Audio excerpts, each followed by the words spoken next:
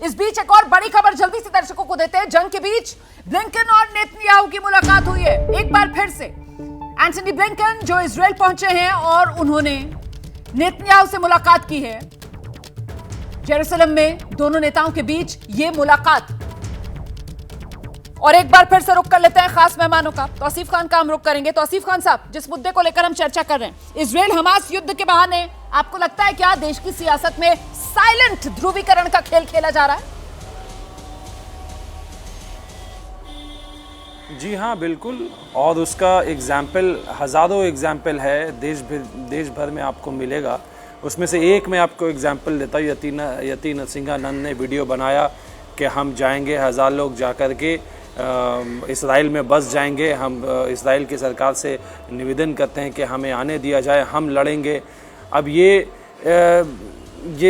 किस तरह की बातें हैं? आप देखिए, वहाँ पे वो खुलेआम कह रहे हैं कि हम बताइए ना, ये किस तरीके की बातें हैं? यहाँ पे हिंदू मुस्लिम आप मुझे खुलकर बताइए, ये किस तरीके की बातें आपको लगती है? वही तो बता रहा हूँ के साथ सॉलिडारिटी, ये तो आतंकी हमला जो इजराइल पर हुआ है, क्या ये उसके खिलाफ आपको नहीं लगता है कि ये प्रतिक्रिया है? ये आतंक के खिलाफ प्रतिक्रिया है ना सर? इसमें ध्रुवीकरण कहाँ से आ गया, ये समझना चाह रही हूँ। रोमाना जी, ठीक है, धीरज रखिए रोमाना जी। 1947 में ये मुल्क था फिलिस्तीन का। इस मुल्क का नाम था पैलेस्टाइन। 1947 के बाद में ये ज़ायोनिस्ट मूवमेंट स्टार्ट हुआ। एक के बाद एक लाखों लोगों को मार दिए गए। फिलिस्तीन को उनके ही मुल्क के अंदर में ओपन जेल के अंदर में रखा गया है। ये गाजा स्ट्रिप क्या है? ये दुनिया का सबसे बड़ा ओपन जेल है, जहां एक तरफ बॉर्डर है तो इसराइली फोर्सेस खड़े हैं बॉर्डर सील करके, दूसरी तरफ सीरिया का है और तीसरी तरफ समुंदर है। गाजा के अंदर में ना पानी जा सकता है, ना खाना जा सकता है, ना पेट्रोल जा सकता है, ना इलेक्ट्रिसिटी जा सकता है, जब तक ये इसराइली फोर्सेस ना चाहे। खुद ज्यूज इसकी कंडेम करते हैं देश भर में। आप दिखाइए ना, आप क्यों नहीं दिखाते जो प्रोटेस्ट हो रहे हैं देश भर में? खुद ज्यूज खड़े होकर के लंदन में, पेरिस में, इसराइल के अंदर में ज्यूज प्रोटेस्ट कर रहे हैं कि ये जायोनिस्ट मूवमेंट जो है, जायोनिस्ट अलग है और ज्यूज अलग है। ये ज्यूज धर्म का इस्तेमाल करके जायोनिस्ट मूवमेंट अपना स्टेट चला रहे हैं और पैलेस्टाइन के बच्चों को मार रहे हैं। 8 दिन में 680 से ज्यादा बच्चों को मार दिया। यूनाइटेड नेशन का डेटा है ये। आप इसे कहते हैं नरसंहार। ये कोई युद्ध नहीं हो रहा, ये नरसंहार हो रहा है। State sponsored international crime. आप रॉकेट भेज रहे हैं। और जो हमास ने किया वो क्या था? तौसीफ खान साहब, जो हमास ने किया वो क्या था? व्हाइट फास्फोरस भेजता है। इसका जवाब हमास के लोगों, हमास किसकी तरफ से लड़ रहा है? फिलिस्तीन की तरफ से लड़ रहा है। फिलिस्तीन में दिन और रात गोली चलाए जा रहे हैं। सर बच्चों को मारे जा रहे हैं। हमास से हमदर्दी क्यों है सर? उसको तो ऐसे ही मरना है सर। हमास के आतंकवादियों ने भी तो इस तरफ आकर इजराइल के यहाँ तो वैसे ही मरा हुआ है सर। जला दिया बच्चों को, गर्दनें उनकी काट दी। देखिए रोमाना जी, रोमाना जी, तो हमास क्या करे? हमास क्या करे? अच्छा, आप क्या करे मतलब? लोगों को मार दे? आप देखो 1947 में उनका मुल्क है। अटल बिहारी वाजपेयी ने बोला कि फिलिस्तीन को आजाद मुल्क होना चाहिए। नेल्सन मंडेला ने बोला कि फिलिस्तीन का ये मुल्क है, उनको आजादी मिलना चाहिए। नरेंद्र मोदी क्यों नहीं बोलते? नरेंद्र मोदी नया कुछ करना चाहते हैं। सर बोल तो दिया, भारत सरकार की तरफ से कह तो दिया गया।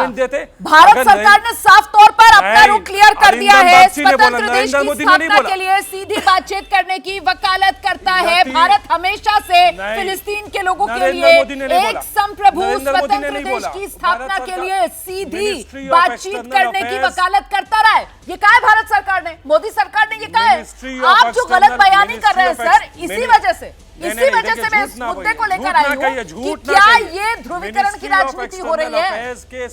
मैं आऊंगी सर, मैं दोबारा इस चर्चा को हम आगे बढ़ाएंगे। इस बीच इजराइल हमास जंग पर एक और बड़ी खबर। जंग पर एक मानवाधिकार संगठन की तरफ से दावा किया गया है गाजा में इजराइल के हमले में हर घंटे औसतन 14 फिलिस्तीनियों की मौत हो रही है। दिखाते हैं आपको एक्सक्लूसिव रिपोर्ट हमारे सहयोगी जगविंदर पटियाल की।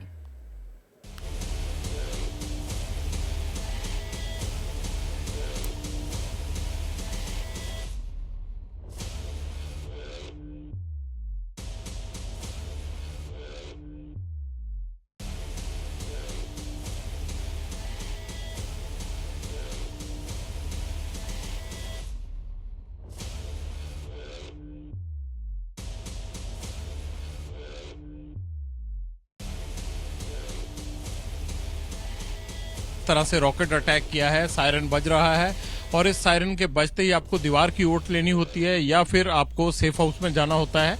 और ये सायरन बजने के बाद अब ये गड़गड़ाहट और जो लगातार आवाज सुन रहे हैं, ये हमास की तरफ से जवाबी कार्रवाई की गई है। इजराइल ने जैसे ही बम्बारमेंट बढ़ाई है उसके बाद हमास की तरफ से रॉकेट दागे गए हैं। हल्की सी अनाउंसमेंट होती है, अनाउंसमेंट के बाद आपको 15 से 20 सेकंड का मुश्किल से टाइम मिलता है, इतने में रॉकेट गिर जाता है। और आज वही हुआ। हम इस वक्त कॉफी पी रहे थे, एक रेस्टोरेंट में मौजूद थे, लेकिन कॉफी पीते हुए अनाउंसमेंट हुई, सायरन हल्का सा बजा और उसके बाद ये आपने आवाज सुनी धमाकों की।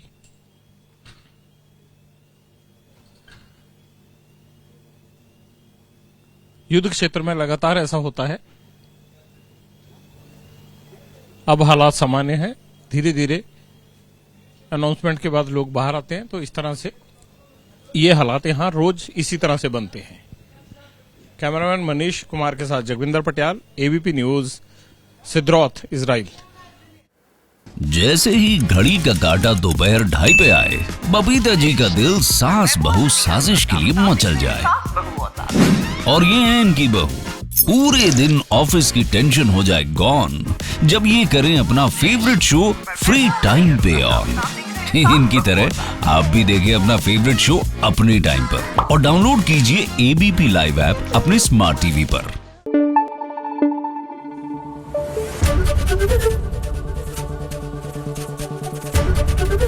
एबीपी न्यूज आपको रखे आगे।